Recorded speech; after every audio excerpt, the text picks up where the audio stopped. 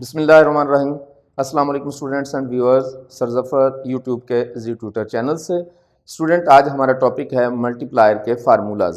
पिछली वीडियो में मैंने आपको बताया था ये टेबल बनाकर किस तरीके से किसी कौम की इन्वेस्टमेंट में सिर्फ 5,000 रुपये का इजाफा हो जाए तो उस कौम के 5,000 रुपये की नई इन्वेस्टमेंट से कौम की आमदनी में 20,000 रुपये का इजाफा हो जाएगा। अगर गौर से देखें तो कौम की आमदनी में 20,000 रुपये का इजाफा हो गया और उस कौम के सरफ में 15,000 रुपये का इजाफा हो गया और उस कौम के बचत में जितना इजाफा हुआ वो एग्जैक्टली उस इन्वेस्टमेंट के बराबर ही होता है।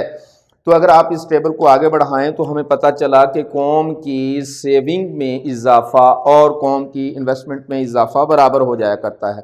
कौम ने 5,000 रुपये का इन्वेस्ट किया और रफ्ता रफ्ता वो ही 5,000 रुपया कौम की सेविंग में इजाफा हो गया। इसका मतलब है कि हम इस नतीजे पर पहुंच चुके कि किसी कौम की इन्वेस्टमेंट दरअसल बराबर होती है सेविंग के, जब जो इजाफा इसमें होगा वही इजाफा इसमें होगा। जितना इजाफा कौम की इन्वेस्टमेंट में हुआ था 5,000 रुपये का, पिछली वीडियो को जरूर देखिएगा, आहिस्ता आहिस्ता ग्रेजुअली वो सारे का सारा इजाफा, इन्वेस्टमेंट में होने वाला इजाफा आहिस्ता आहिस्ता सेविंग में इजाफे में कन्वर्ट हो गया। आज हम देखेंगे कि इसके फार्मूलाज कैसे बनते हैं, जहन में ये बात आपको रखना होगी। तो हम जानते हैं कि किसी भी कौम की आमदनी का दारोमदार बराह रास्त इन्वेस्टमेंट से होता है। इसका मतलब है कि y is function of I। तो मैंने एक वीडियो में आपको MPC और MPS भी समझाया था स्टूडेंट्स। तो अगर आप देखें तो कौम का जो कंजम्पशन होता है वो फंक्शन होता है y का। तो अब जब आपने इसको हल किया तो ये हमारे पास C/Y, इसी का नाम APC था। और जब आप इसमें तब्दीलियों का लफ्ज़ ले आते हैं, C में चेंज, Y में चेंज, तो इसी का नाम MPC था।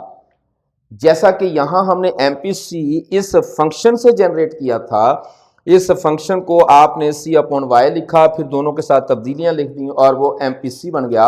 और MPS भी ऐसे ही था हमारे पास। मेरी वीडियोस प्लीज़ ज़रूर देखिएगा, उसमें हमारे पास फार्मूलाज कुछ यूँ हैं। तो ये दो फार्मूलाज हम पहले ही पढ़ चुके हैं। अब अगर हम इसको यहाँ भी अप्लाई करके देखें तो ये है हमारे पास y is function of I। तो हमें जिस तरह हमने यहाँ C/Y लिखा, यहाँ Y/I लिख दें हम, तो हम देखेंगे कि ये बन जाएगा हमारे पास Y/I। यही हमने जैसे यहाँ किया Y/Y। अगर आप इनके साथ लफ्ज़ डेल्टाज लगा दें तो दरअसल यही के होता है। किसी कौम को मल्टीप्लायर को फाइंड आउट करने का पहला फार्मूला है। इसका मतलब है कि अगर हमें ये पता चल जाए कि कौम की आमदनी में तब्दीली कितनी है, कौम की सरमायाकारी में तब्दीली कितनी है, तो के फाइंड आउट हो जाएगा। जैसे कि यहाँ आप इसको अप्लाई करके देखें तो हम देखेंगे के इज इक्वल टू दिस। ये हमारे पास फार्मूला उठा के हमने यहाँ लिखा। तो यहाँ y में जो तब्दीली है वो आई है 20,000 रुपये की, और हमारे पास जो इन्वेस्टमेंट में तब्दीली आई थी वो थी 5,000 रुपये की। तो इसका मतलब है ये 4। तो ये फाइंड आउट करने का हमारे पास पहला तरीका है किसी भी कौम के मल्टीप्लायर को।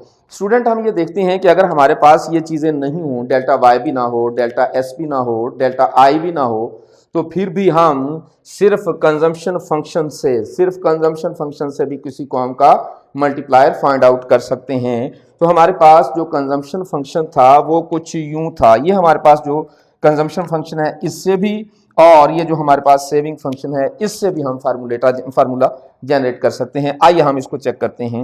हमारे पास जो MPS है वो उसका फार्मूला कुछ यूं है, MPS is equal to this.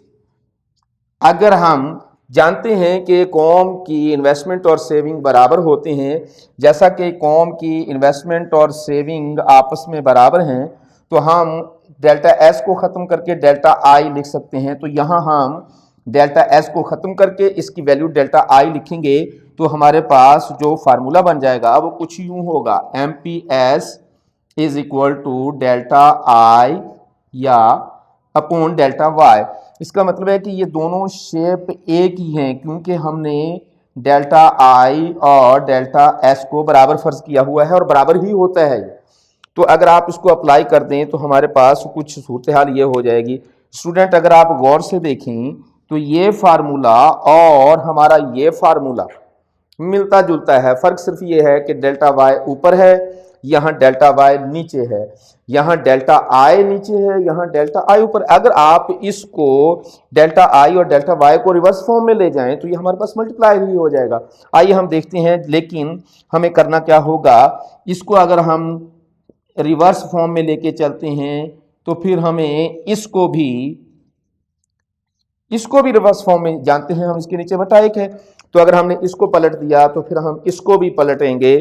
तो इसका मतलब ये हुआ कि हमारे पास ये फार्मूला जो है यहां हम इसको लिख सकते हैं, हम कह सकते हैं यही वाला फार्मूला हम कह सकते हैं delta Y upon delta I, यही वाला।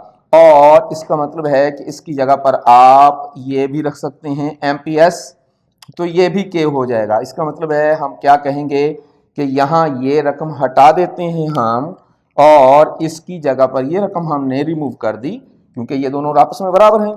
तो इसकी जगह पर हमने 1 अपॉन एमपीएस लिख दिया।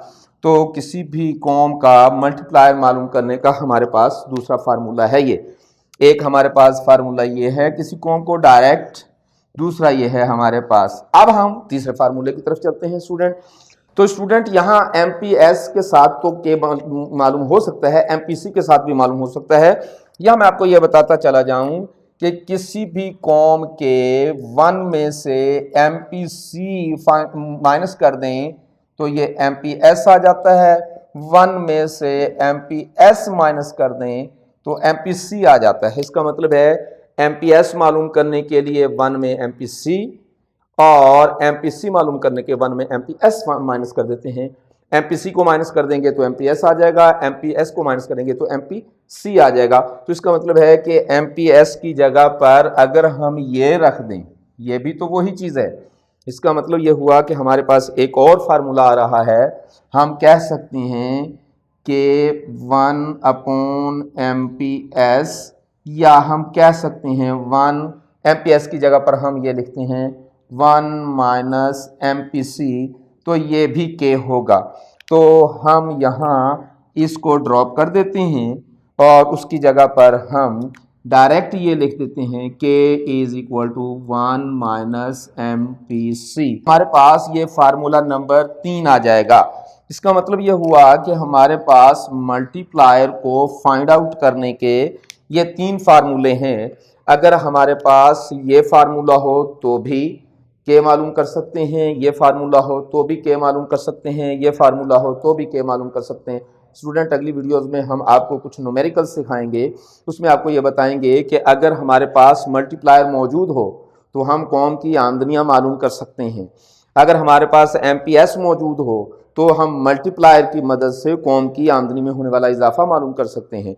अगर हमारे पास एमपीसी हो तो फिर भी ये सारी चीज़ें फाइंड आउट करते हैं। एग्जामिनेशन में स्टूडेंट ये सवाल भी आता है कि वो आपसे कहता है कि किसी कॉम का मल्टीप्लायर ये है और उस कॉम की इन्वेस्टमेंट में इजाफा ये हुआ, आप बताइए कि कॉम की आमदनी कितनी बढ़ेगी। कभी कभी वो ये पूछता है कि कॉम का एमपीसी है, ये मल्टीप्लायर की मदद से आप कॉम की आमदनी में होने वाला इजाफा फाइंड आउट करें। तो इंशाल्लाह अगली वीडियोस में हम न्यूमेरिकल्स आपको समझाएंगे। तो हमारे साथ रहिएगा, हमारे चैनल को ज़रूर सब्सक्राइब करें, शेयर करें, लाइक करें, और हाँ, हमारे चैनल को बराह रास्त देखा करें और एंड तक वीडियो देखा करें। बहुत सारी बातें ऐसी होती हैं जो टीचर एंड पर बताता है, तो अपने दोस्तों को ज़रूर बताया करें, कमेंट्स ज़रूर किया करें। हाजिर होंगे अगली वीडियो के साथ, और अगली वीडियो होगी हमारी मल्टीप्लायर के कुछ न्यूमेरिकल्स। तो हमारे साथ रहिएगा, तब तक आपका अल्लाह हाफ़िज़।